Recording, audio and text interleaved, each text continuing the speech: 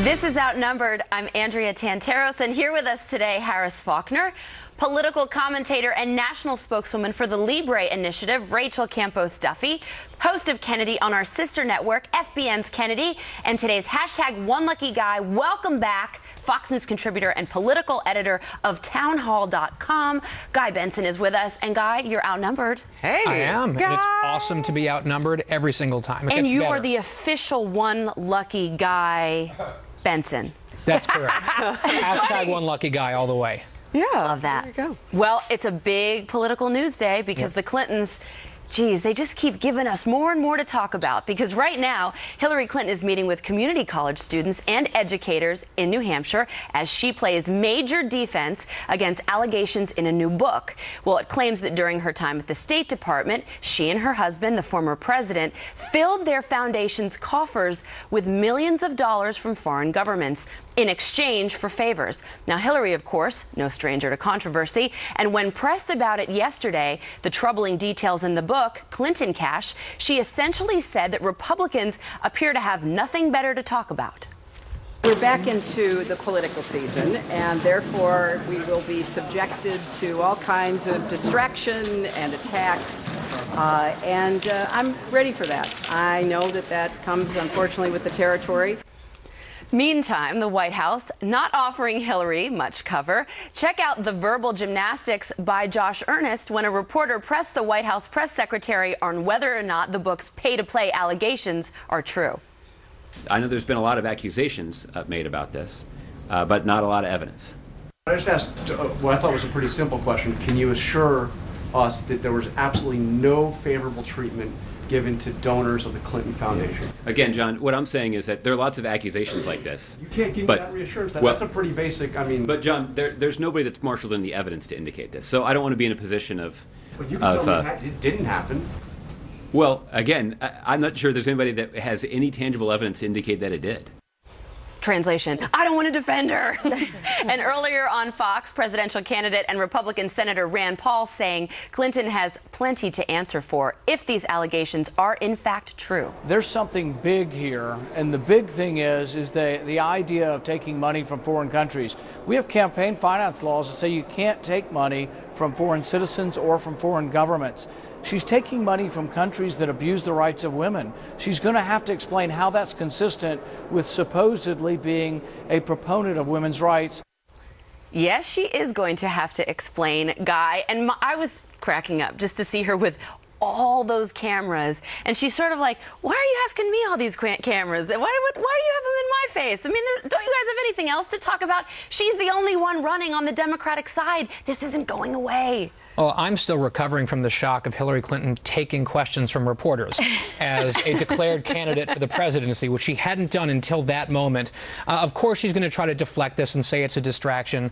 Look, the book doesn't come out for a couple of weeks. Let's see what the book actually proves, because I think we'll see plenty of dodgy connections and appearances of impropriety, which we see a lot with the Clintons. The question is, will there be a quid pro quo that is proven, with the dots clearly connected? We don't know that yet, but I'll point out our network, Fox News, as well as the Washington Post and the New York Times have seen this book, and they are all cooperating with the author to explore some of the information that the book uncovers. To me, that at least gives a whiff of serious proof coming in the book, but I think we ought to wait and see. And Guy, the accusations are pretty specific. I mean, this author did his research. Harris, I'm looking here. One example, $500,000 from the government of Algeria at the same time that this government was lobbying the State Department over its human rights issues. And then coincidentally, because, you know, there's so many coincidences in politics, they broke a deal with the foundation over these donations. Now, how are they treating their women there these days? Great point. Okay, so a couple more. More than $1 million in payments went to Mr. Clinton by a Canadian bank and major shareholders in the Keystone XL pipeline around the time that project was being debated in the State Department. So to speak to Andrea's point, and one that I would make too, it isn't just coupling the dollars with the foundation and where they came from. It's the timing that will matter in all of this. Right. And if they do what Guy says, if they can prove an actuality between the cause of the cash going in and the result of some benefit coming out, then it's going to be a continuing problem for her, because it's not just about her. It's wider. It's about the Obama administration, too. Right. And I want to go and I want to talk about the Obama administration, Kennedy, because we saw this with the email scandal, that sort of doublespeak coming out of the White House. General Petraeus was charged for very similar offenses as Hillary Clinton should have been charged in this email scandal. Yeah. Now we see a very similar thing happen with Democrat from New Jersey, Bob Menendez, who did very similar things. However, Menendez was allegedly helping out in a quid pro quo his constituent. She, on the other hand, could have been helping out foreign governments. It's even worse than Menendez's scandal, in my opinion. Oh, no, it absolutely is. But the thing that's interesting about the Clintons is they always manage to stay one step ahead of legislation and regulation. You know, whether it's the email server at the State Department or the Clinton Foundation, you know, it's actually a pretty brilliant scheme. And as one writer pointed out, you know, most presidents are just in their third act. And when they leave office, they're just trying to make a little bit of money. They're trying to have their legacy stay intact for all eternity. But here you have a couple that's still active in national politics, which, you know, makes this funneling device that the Clinton Foundation absolutely could be that much more curious, because, as you said, you know, it's extra legal. It's outside of the known parameters that we have now. But at some point, moderates, independents have to be sitting here going, something's got to stick.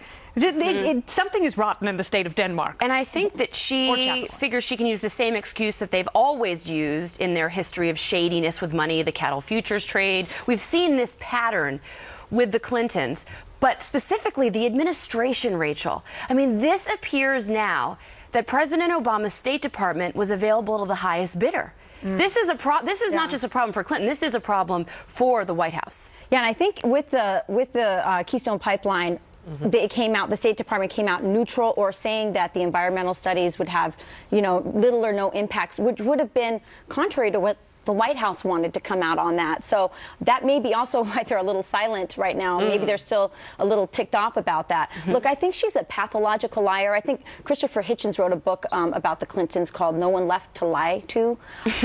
And I look at my own life, whether it's a teenager that I'm dealing with or a politician who lies that much and that pathologically, you almost have to just take everything they say as a lie until proven otherwise. I know that doesn't sound very fair, but in the case of the Clintons, and especially Hillary, who's had to make all of these sort of concessions in her life around her husband and around these dealings, I think it's fair. And it's not just lies, Guy. It's also character assassination for people that are actually bringing up, I think, pretty valid points, like the author. So, of course, the Clinton machine took to the Sunday shows, and John Podesta, a former chief of staff for the Clintons, decided to slam the very credible author. Take a listen.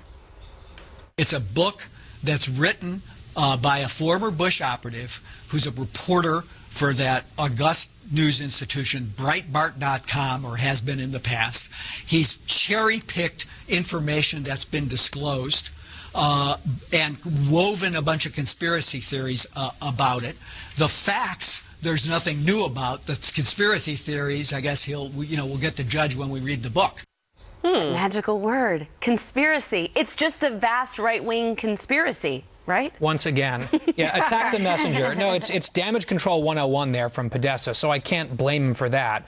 The problem that they're going to run into is the write-up in the New York Times, which is not a famously right-wing organ, has looked at the book, has looked at the evidence, and the write-up that came out on Sunday night referred to his work as, quote, meticulously documented. So regardless of what this guy's background is, however they want to cast him, if he's got the goods, he's got the goods. If he doesn't, then this is a big swing and a miss, and the Clinton people will be very pleased. Well, and it's tightly written, too. It's 186 pages. It's not like Hard Choices, where it took you 656 plus to figure out what the choices were. But I would say this.